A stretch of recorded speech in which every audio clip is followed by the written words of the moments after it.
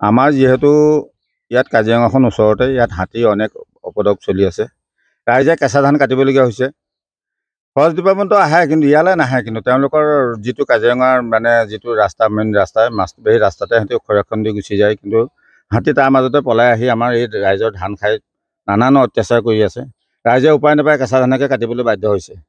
যাতে ফৰেষ্ট ডিপাৰ্টমেণ্টৰ মানুহকো কওঁ যাতে এই বস্তুটোৰ প্ৰতি, হাতীটোৰ প্ৰতি আপোনালোকে অনেকখিনি সুৰক্ষা দি পেলাই ৰাইজক যাতে সুবিধা কৰে। আৰু স্থায়ী সমস্যা বিচাৰিছোঁ। কিমানমান হাতী আহে?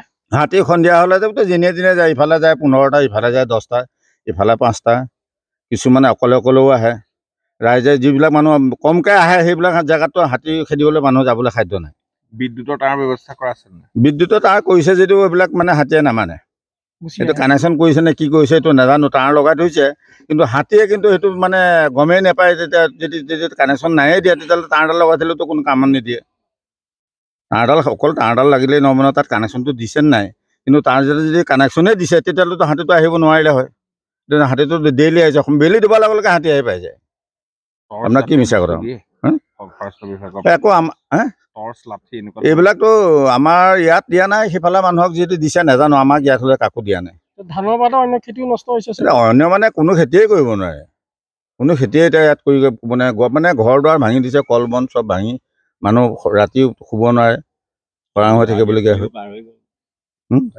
সেয়ে চলি আছে আমাৰ ইয়াত খাদ্যখন। সন্ধিয়া হ'লে মুঠতে মানুহ সজাগ হ'ব লাগিব।